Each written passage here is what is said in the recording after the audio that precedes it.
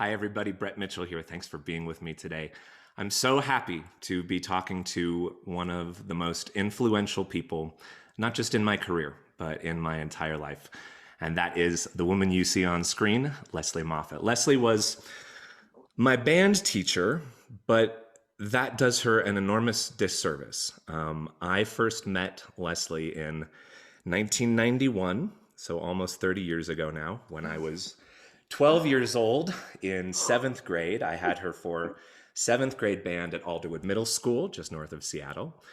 And then I was very disappointed in eighth grade because she went up to the high school in the district. And of course, being short-sighted, as most seventh graders are, what I didn't appreciate was that, yes, I wouldn't have Mrs. Moffat for eighth grade, but I would have her again for ninth through 12th. And indeed, I did. And she was not just an outstanding music educator for me, but an outstanding educator. She said to me one time, "You know, Brett, I'm not a music teacher.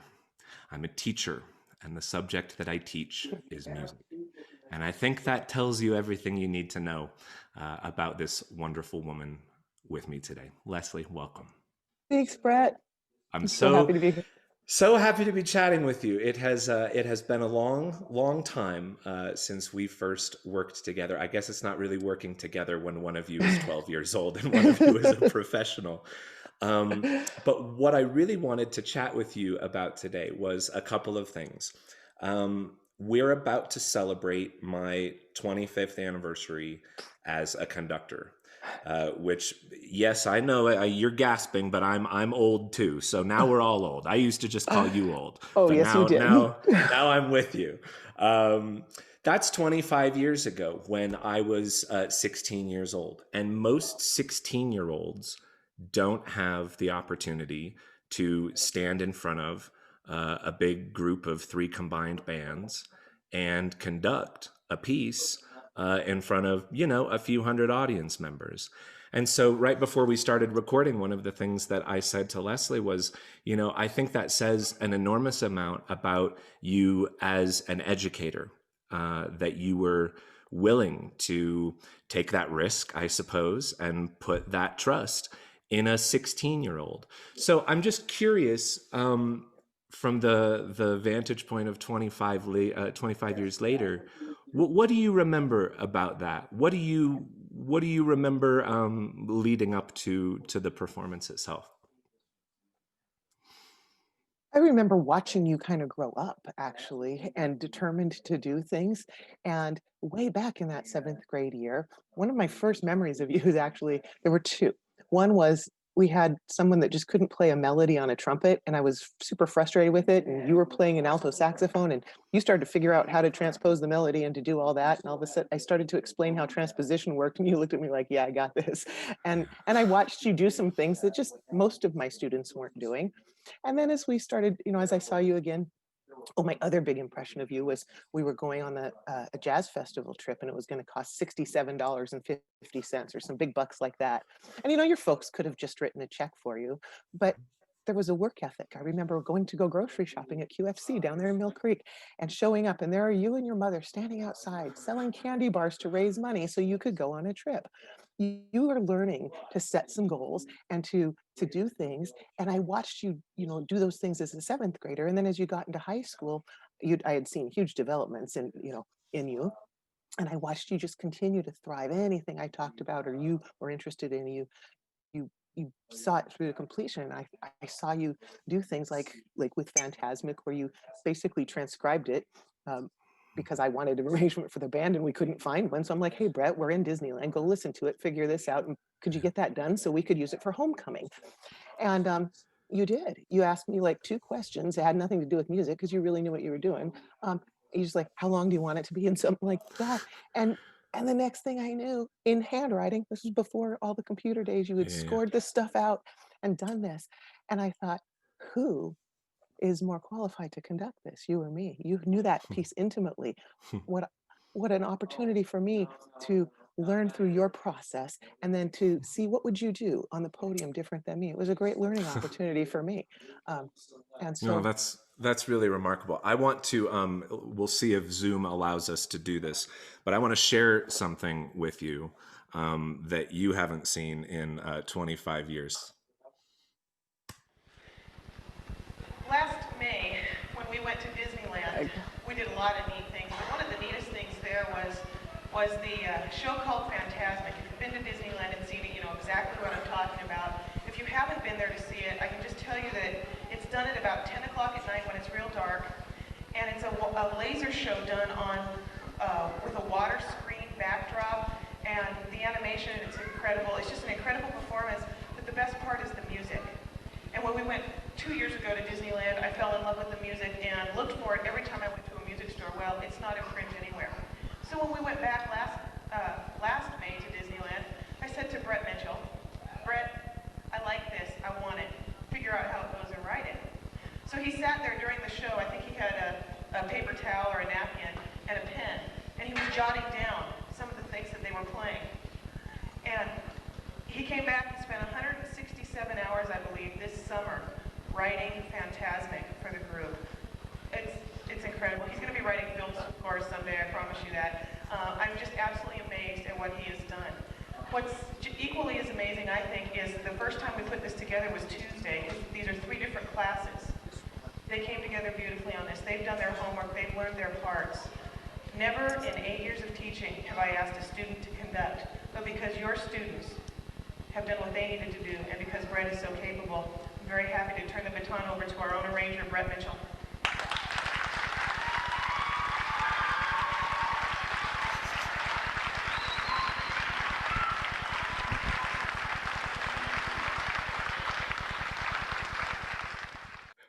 That was one of my favorite concert halls ever.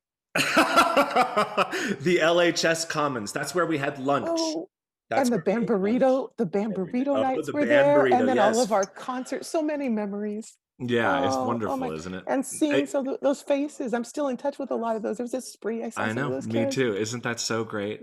It was, so a couple of things. It wasn't 167 hours, it was 164 hours. So I I could not appreciate afford you you now, boy. upselling me. No, do you remember what you paid me for that? Do you remember? Did I pay you? You did pay me. It was No. supposed to be $100, and then you upped it to 110. So it was still less than $1 an hour, but it was okay. No, it was so funny. A couple of things about that. I wish that I knew where the original manuscript of that was, because it's probably in some rubbish heap and disintegrated by now. I don't know if one of the folks actually that performed that premiere was Amy Gentry, who is now Amy Stevenson, who is the director of orchestras and bands and all the rest at Lynnwood High School. She has your old job. So I don't know if it's there or somewhere else. I do have I have this version that we redid in 1997, right before I graduated, and it's got the photocopy of the whole thing in there, but I don't have the original. One thing I wanted to share with you was, you remember Tom Fortin, of course, who was one of the greatest teachers of all time. Also happened to teach English, but he was a teacher. So he had all of us. I had him in 11th and 12th grade English. And he had all of us on Mondays, Wednesdays, and Fridays spend the first, it was 10 or 15 minutes of class, do what he called writer's notebook. And you would just have a spiral bound notebook and you just wrote. Didn't matter what you wrote, but you wrote. And so right after, so this is my writer's notebook from junior year with Ferris Bueller all over the place.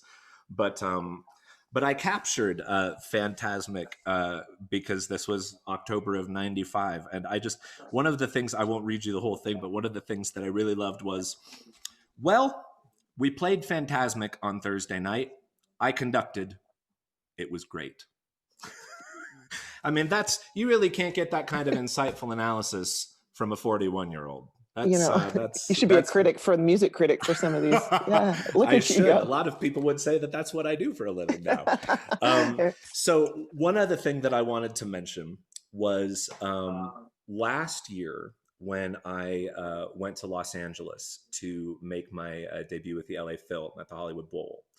I reached out to the composer of Fantasmic, Bruce Healy. Bruce Healy?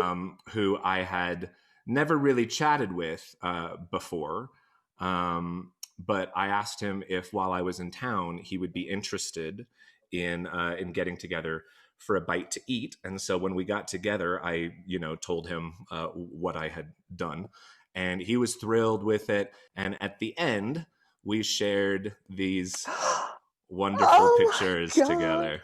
So that's me and Bruce after all these years. Oh So my God. absolutely, just totally wonderful. And he couldn't have been a greater guy. Just a wonderful human being and very down to Oh earth. my gosh.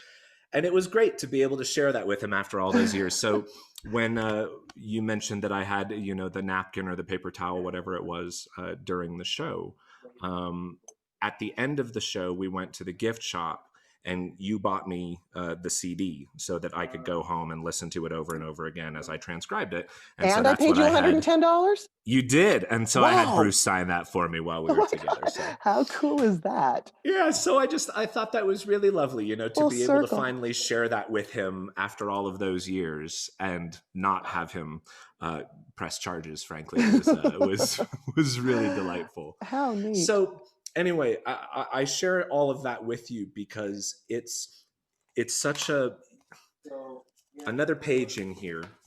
Mr. Fortin asked us to write someone who's made an impression on me. This was on September 29th, 1995.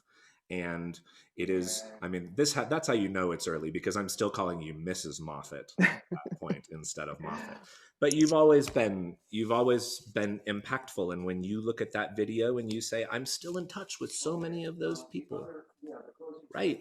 Because that's who you are. Because you're a teacher and you teach from a place of love. Clearly, that's what I got out of it.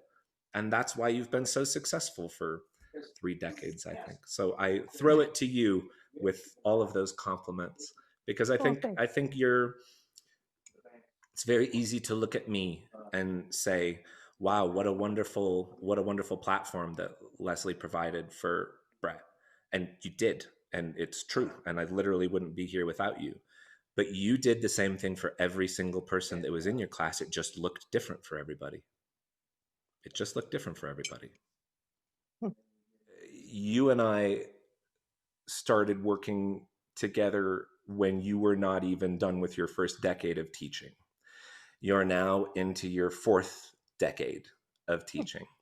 And setting aside the question of COVID for now, which is a separate question, what for you has changed as a music educator in the 30 plus years that you've been doing this? Well, from the obvious to like the first 7 years of my teaching, I didn't even have a computer available, to now teaching exclusively on computer. Those things have changed, but kids remain the same. And that's been the thing that, there's this still this need for socialization and all of this. So the changes, it almost feels like I'm coming full circle again. And it is because of COVID and the situation. I think that I've really reevaluated what are the really important things. Because when I was beginning teaching, it was more about the individual students and making sure I could connect. And it got to where things got so big and busy, it became more of a machine almost like, yeah, I got 300 kids a day I'm responsible for. And I felt like I was losing that opportunity to connect with kids like this. And so being in my 33rd year of teaching, but being in a pandemic is like being a first year teacher all over again, which means really recreating the classroom. What culture do I want and the like? So um, I've actually turned to kids. I don't know if this is going down the path you wanted or not, so No, stop me or please, change it if you please, want. please. But I was really concerned about how to connect with kids and keep what you're talking about being, that core piece of connecting with them as human beings first and foremost. So there will be ensembles down the line, right? We need to keep that going. So I wanted to get back to that feeling of doing that in spite of our situation. So this summer, I offered for any student that wanted to be a part of a virtual leadership camp to rebuild our classroom. And so we did a 2-day virtual leadership camp, and I met with those kids every Thursday from 2 to 3 o'clock all summer. And we talked about what is important for us what did we love about being in band? What are those things we loved? And what is important for us to make sure we do when we get in this virtual situation so that we can, and all this. And maybe you remember back in the days, we do lots of retreats and all of these things to go do team building. And the kids said, that's as important as the music, if not more important, because it makes Yeah. it easier to connect as musicians. Amen. So we've We've actually, as students, we surveyed the students before school started, and my kids were great about turning stuff in so we could see who could do what, who had what available and what their needs were. And so we've recreated a virtual classroom that feels so much like at the, in the beginning when I was teaching, how we connected, like, talking to each other. And we've created, for example, You, Me, and a Cup of Tea, where I have a different co-host each day. They sign up and I interview them when class starts. And we get to know each other so that we are building trust so that we can start doing those things that require us to take risks in front of each other. Um, and I was getting pretty good at it. I'm not going to lie. When teaching band, I'd done it enough that I could do that, and it was easy and not easy. I mean, it was still hard. There was a lot, but this is all of a sudden so different. And I'm finding there is so much joy in creating something that doesn't have a blueprint. Yeah. It's like being a jazz musician on steroids. I'm improvising in real time with people. Yeah. And the thing is, it's not just me. It's become a group effort. And maybe you're the one that gave me the courage to try it first. But I got a whole team of a leadership team of kids from grades 10 through 12 who gave up time this summer to create our virtual classroom so that it will have those same feelings, those warm fuzzies, so that now that kids are doing songwriting projects, because we can't all play our instruments. Yeah. So we've got an artist in residence who's a recording artist who's working with us on writing songs. So we're still musicians. We're channeling our music. We're going to be doing coffee hours and stuff like this. But it's again, it's all about how do we let each of these kids shine. You said, I think probably the biggest compliment I've ever heard when you said, it looked different, but I did the same kind of thing for others. That's I guess if I say my purpose, I believe that's my intent. I believe every person is so different and they have different values and different gifts to bring out. And my role is to help them discover that. And this process of, while virtual band is just the weirdest thing ever, it's also allowing me to see these human beings in different ways, and they're shining in so many more ways than they did just as a second clarinet player. Yeah. So I'm going, wow, Music Ed 2.0 after this is done. Holy cow, it's going to be so much enrichment that can be on top of this. But the most important thing we do, if we don't connect with our kids, we won't have ensembles in a year or whenever we get back in the classroom. That's what my students taught me. Of course. No, I think you're exactly right. Do you think that because you have the decades of experience that you have in teaching, that you were more equipped to head into this COVID landscape? Or do you feel like in some ways, everybody's kind of starting at ground zero? Or is it a little bit of both? Yes, and Yeah. the technology piece I felt woefully incompetent at, but I've done hard things before. And it's my responsibility to figure it out because that's what the kids need. I signed up to be a teacher, not in this way, but I was fortunate enough that I've got the content and all that stuff from 3 decades that I didn't have to also struggle with that. I got to deliver it in a different way, and I can't, and I'm not teaching it. But I had the advantage of knowing what's really important. What questions do I ask my students so we create the classroom that's going to not have me saying you can't be, or you have to be here on time, blah, blah, blah, but what's going to make them go, ooh, can't wait to log in for band and see what's going to happen today. I want that second situation. So how do I create that? And I knew, in fact, I started running Music Ed Mondays. I was running webinars an hour a week and starting in April to talk to music educators about the importance of that. Thinking ahead now, what are you going to do in your classroom? Because having taught a long time, I was going, what is the most important stuff? And it's how you set things up, how you create an area where students will trust you, or where they can trust each other. You build your community, and you bring the music into that to do that. So that, I had that advantage of having the wherewithal to think it through as long term. That seems clear. I alluded to this earlier, but you said to me once when I was still in high school, and I don't remember what the conversation was. Our relationship was always so easy. But it was, you said, I am not a music teacher. I am a teacher, and the subject that I happen to teach through is music, or something to that effect. And I have to tell you that, like, at the time, as a, willful 16-year-old or 17-year-old or whatever, I was like, well, that's the problem. Of course. Shouldn't you be exclusively focused on music, which is the most important thing in the world? And of course, the answer is like, that's preposterous because music isn't the most important thing in the world, and all of the other reasons that that's preposterous. But I have to say that certainly over the years, I have begun to understand that, and not only understand where you were coming from, but to really try to adopt that into my worldview and into how I approach music making with other people. And so I have to tell you, I think it's only the last couple of years that you started doing this. But I remember when I first heard that you were going to be writing a book, and I was like, aren't you trying to be a music teacher? I mean, a teacher who teaches through me? Oh, you're a teacher that happens to teach through music. But if you have more things to say than music can hold, then now I start to really understand, oh, you really are a teacher. That's ultimately who you are.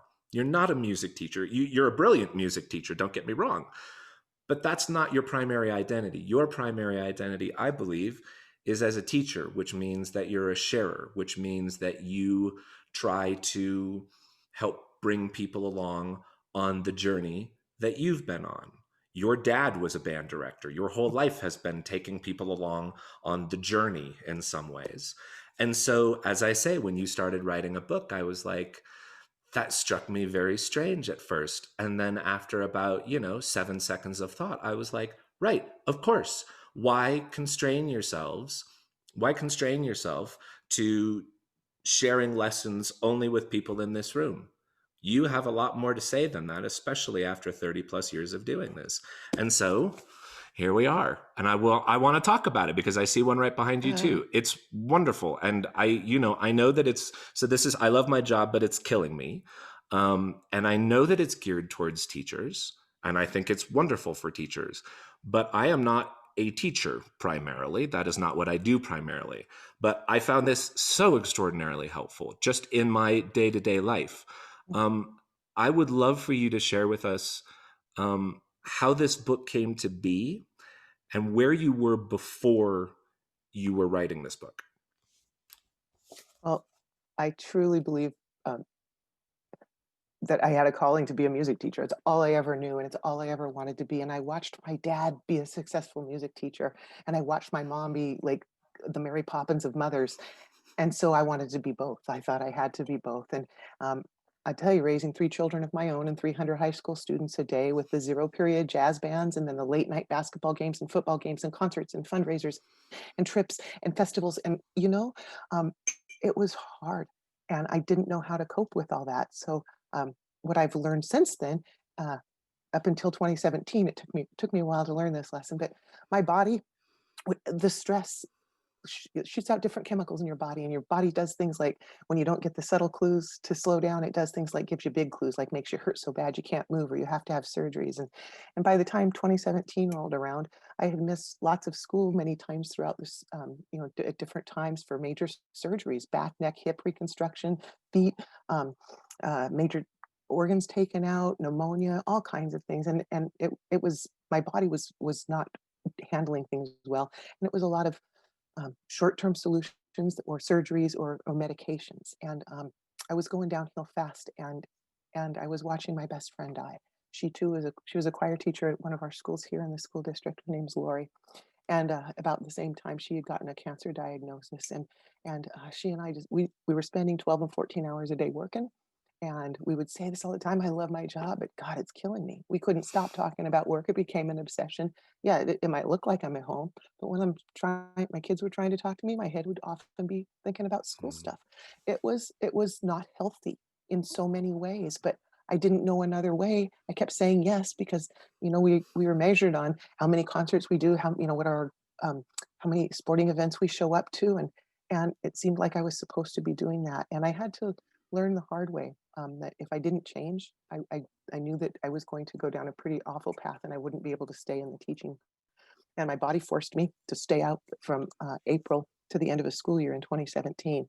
So from April till the following September, I went through some major changes where I had to relearn a whole lot of things, from how to set personal boundaries and professional boundaries to how to and take ownership of my own health instead of being a victim and saying, oh, I don't have time to exercise. Well, if I don't have time to exercise, I better make time to go to the doctor and to fill prescriptions. And those side effects were really horrible. And I was a hot mess. I was 75 pounds heavier, so everything hurt all the time. I was dragging my butt out of bed, could barely make it go. My life is so different now. But I had to enlist the help of lots of people and try new things that were very different from what I had grown up with. So there was some hard work that went on. Um, and then once I learned what I could do and I became healthier, my friend said, Lesley, you've got to tell other people what you're doing. I want other people to be okay. And so why not write a lesson plan for teachers, right? That's that's what I do. And so through the assessments that they can do assessments to look at where they are now, where do they want to be, and how are they going to get there? Sort of like planning a concert, right? What's your end goal? We're going to break it down into tasks, the things we do as teachers and musicians, and just I took my own personal things that I had learned through my experiences and all the research I had done to turn my life around, and shared them in a way I would do because where it can still be personalized based on how people respond to different things. It directs them what exercises to try or what things they can do to help them make changes that they need to make so they can feel a healthier balance. And Yeah. I'll make a shameless plug. Yeah. I believe so much in this that I feel like I go from writing a book saying I love my job that it's killing me to writing a second book called I love love the job, lose the stress. Right. And it changed so significantly everything about not just my life, but what has happened in my classroom as I share with my students the techniques that have helped me are helping them as learners. And my third book's called Pay Attention. And so it's teaching these skills we I've teach heard them that all these. before from you. Yes. Only that but you one see, time you had to remind me. that was it. But I teach kids all these other skills on muscle control and how to use their minds and how to do all these other things, teaching that skill of paying attention so that we can pay attention to things, work better, work easier, learn easier. So these are skills that people, teachers, educators, other people can use in their own lives and with people that are their children or their students um, to get control of your life. Again, this is a chaotic world we are living in. And um, I feel like right now it's spinning around me and I'm standing stable in it. I used to feel like I was spinning with all the chaos, and it's a much different feeling. And that's why I felt so compelled to share things through books. Yeah, I think that's brilliant. The second book that you're talking about, Love the Job, Lose the Stress. I love the subtitle of that, which is Successful Social and Emotional Learning in the Modern Music Classroom. And one of the reasons I was asking you earlier about what you feel like is the same as 30 years ago versus what you feel like is different was because of that modern music classroom. And I'm wondering how different you feel. So I'll ask it this way: how different the modern music classroom is from the music classroom that I started learning with you in 1991.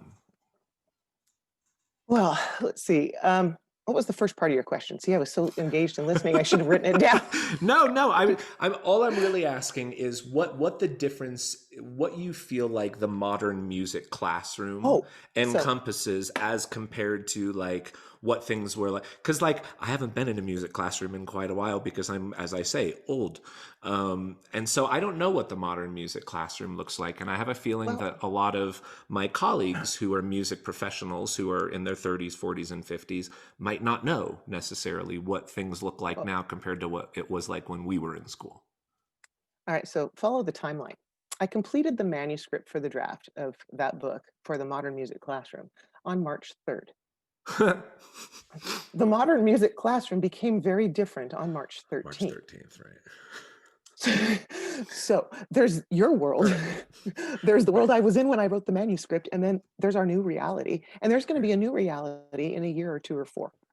Right? So what is the modern music classroom?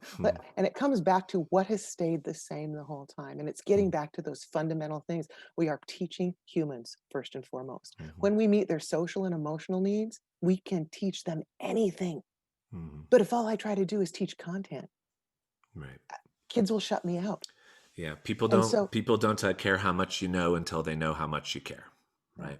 And so that I think is, before it was the term social and emotional learning that has been, used, that has been at the core of my belief always, because that's how I watched my dad teach. It was about the kids first, who they are, and what can I do to nurture that? How can I shoo them out of the nest so they're ready to fly when they go? And that doesn't mean so they can go conduct and become famous music educators. Right.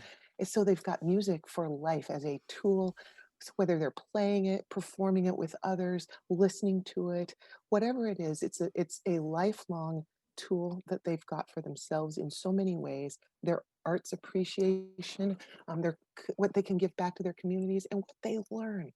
through the art creation process makes them better human beings. 100%. I mean, you really learn how to listen.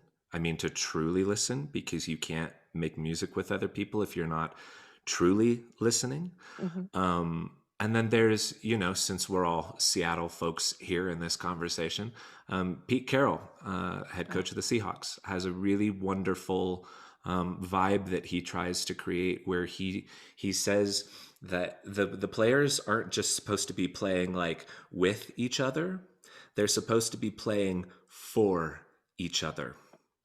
And Mhm. something about that kind of family that you create, and I'll wrap up with this: the family that you create when you do, whether it's sports or music or whatever. The You went from being Mrs. Moffat at the beginning of our time together to Moffat, which we all eventually called you, which I believe you continue to be called by students. Pretty much. There was Lesley, obviously now. But for a lot of us, after a good number of years, we ended up, just because we spent so damn much time with you, we ended up just calling you Mom. Not as any kind of disrespect to our mothers, because we all love our mothers. You know my mother; she's an I amazing do. I woman. love her. But you have such a gift, and you touched me, and that's very kind of tangible. It's very visible, because you're a music educator and I am a professional musician. But as I said before, you are as successful as you are as a teacher, not because of the things that you taught me, at least not the stuff. The stuff is cool and that's great, but like, I can learn a C7 chord from anybody. I don't have to necessarily learn it from you. But that's not ultimately what I got from you. What I ultimately got from you was belief in myself and trust in myself, and the importance of, especially as I got older. I mean, you were 30 years old when Phantasmic happened. And I'm much older than that now. And I think of the lesson that 30-year-old Lesley continues to teach 41-year-old Brett. And I continue to be grateful to you, because just because I haven't been in your classroom on a daily basis for the last 23 years, doesn't mean that the learning that I do from you has stopped. I will continue learning from you for the rest of my life. And I look forward to seeing where you go. And I look forward to following you there, because you're not just one of, as I said at the beginning, you're not just one of like my great professional mentors. You're one of the great people in my life. And I wouldn't be the person that I am without you. So I'm grateful to you, and I'm grateful for you. Well, thank you. And I look forward to sharing a stage with you again in the future. Amen. I think we need to Whenever do that. anybody can even step on a stage again. Who knows when it will be, but I look forward to it. That would be great. Give the Thank you family so my much. love. I will, and likewise. Thank you, Lesley. Mhm.